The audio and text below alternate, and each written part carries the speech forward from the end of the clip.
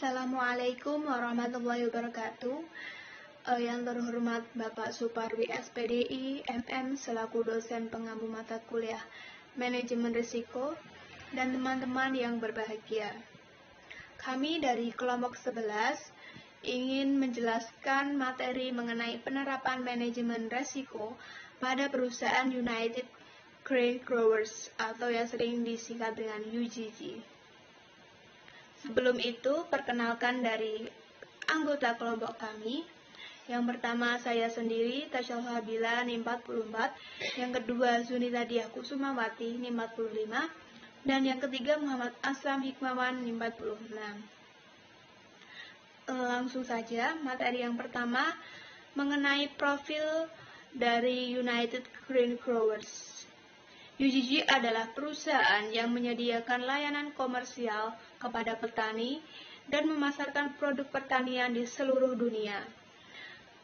Perusahaan ini berlokasi di Winnipeg, Manitoba, Kanada. UGG didirikan pada tanggal 27 Januari tahun 1906 sebagai koperasi milik petani dan menjadi perusahaan publik di Bursa Saham Toronto dan Winnipeg tahun 1993.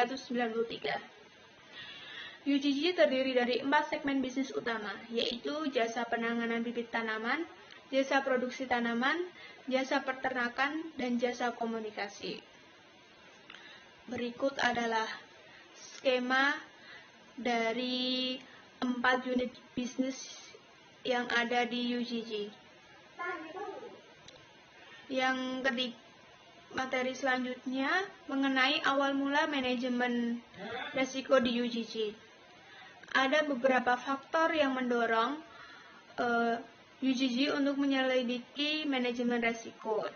Yang pertama, Bursa Efek Toronto mengarahkan Dewan Direksi semua perusahaan yang terdaftar untuk mengidentifikasi risiko utama perusahaan dan menerapkan sistem yang tepat untuk mengelola risiko tersebut. Yang kedua, peningkatan persyaratan untuk exposure risiko. Yang ketiga, peningkatan penekanan pada manajemen risiko oleh lembaga pemeringkat kredit.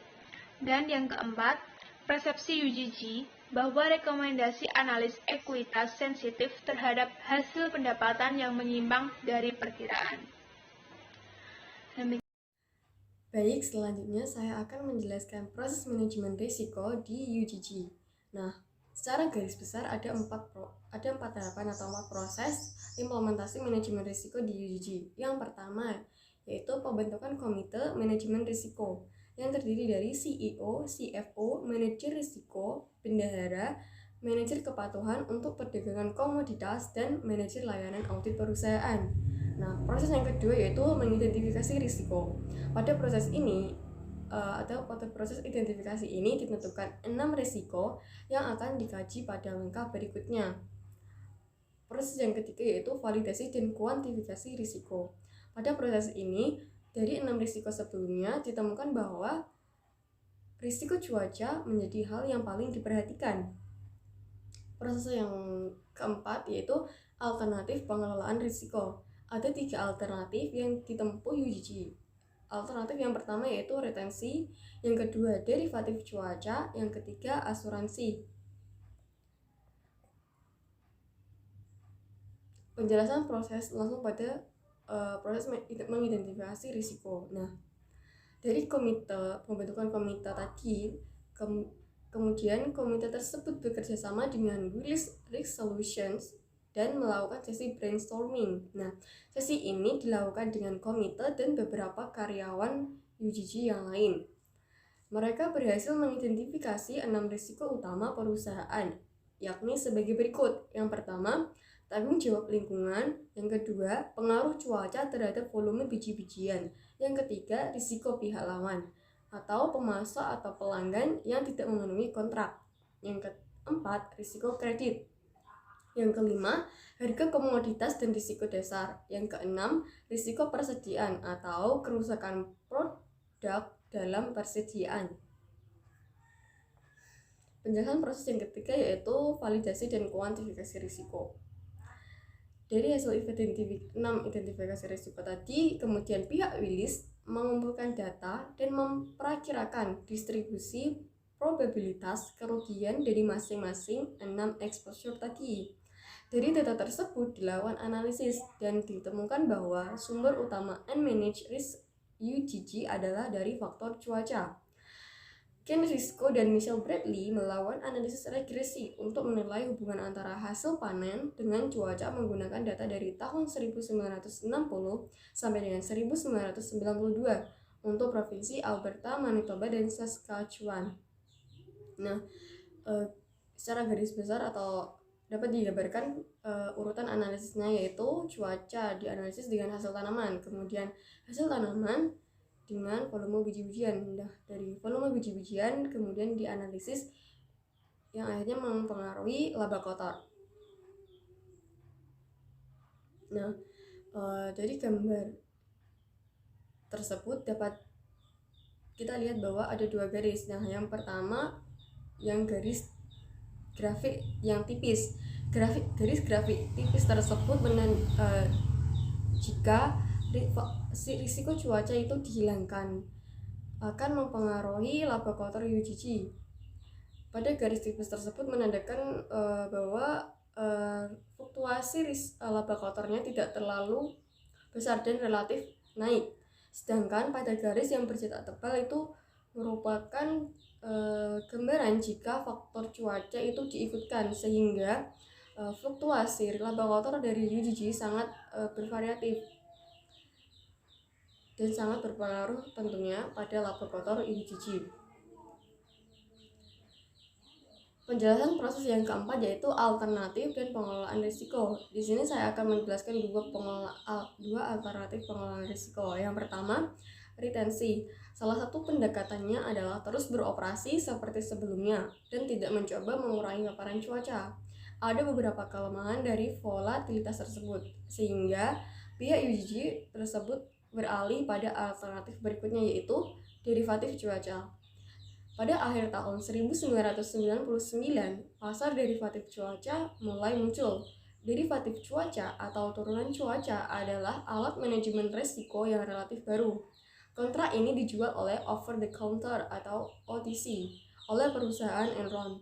Perlindungan risiko cuaca dengan derivatif cuaca sebenarnya sudah layak, tetapi masih mengalami beberapa kesulitan, sehingga pihak UGG bersama Willis Risk Solution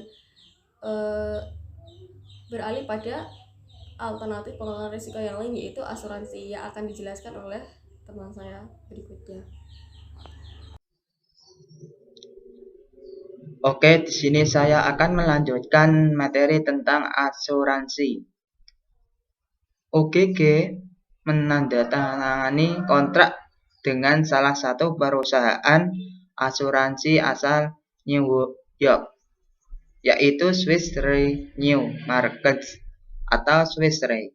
Menurut ketentuan kontrak, jika terjadi kerugian volume biji-bijian, OGG akan menerima pembayaran dari Swiss Re jika volume biji-bijian industri pada tahun tertentu lebih rendah dari rata-rata volume biji-bijian industri selama periode 5 tahun sebelumnya. Manfaat asuransi ini untuk IGG. A. Manajer OGG terus mengevaluasi eksposur risiko perusahaan. B. Penggunaan dana internal lebih optimal. C. Manfaat ini dicapai tanpa meningkatkan biaya risiko perusahaan. Adapun ilustrasi perbandingan sebelum dan sesudah OGG menggunakan asuransi bisa dilihat di PPT maupun makalah.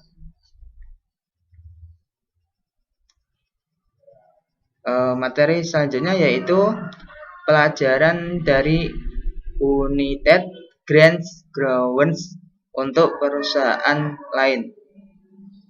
Dari penjelasan penerapan manajemen risiko sebelumnya di UGG, dapat diambil pelajaran untuk perusahaan lain sebagai berikut. Yang pertama, pendekatan manajemen risiko perusahaan membutuhkan kerjasama dari banyak individu di seluruh perusahaan. Yang kedua, manajemen risiko perusahaan juga membutuhkan waktu dan kesabaran untuk diterapkan. UGG menghabiskan lebih dari 3 tahun dari sesi brainstorming awal hingga penandatanganan kontrak asuransi. Yang terakhir atau yang ketiga, manajer internal harus memiliki pengetahuan yang cukup untuk memberikan masukan dan menginterpretasikan keluaran.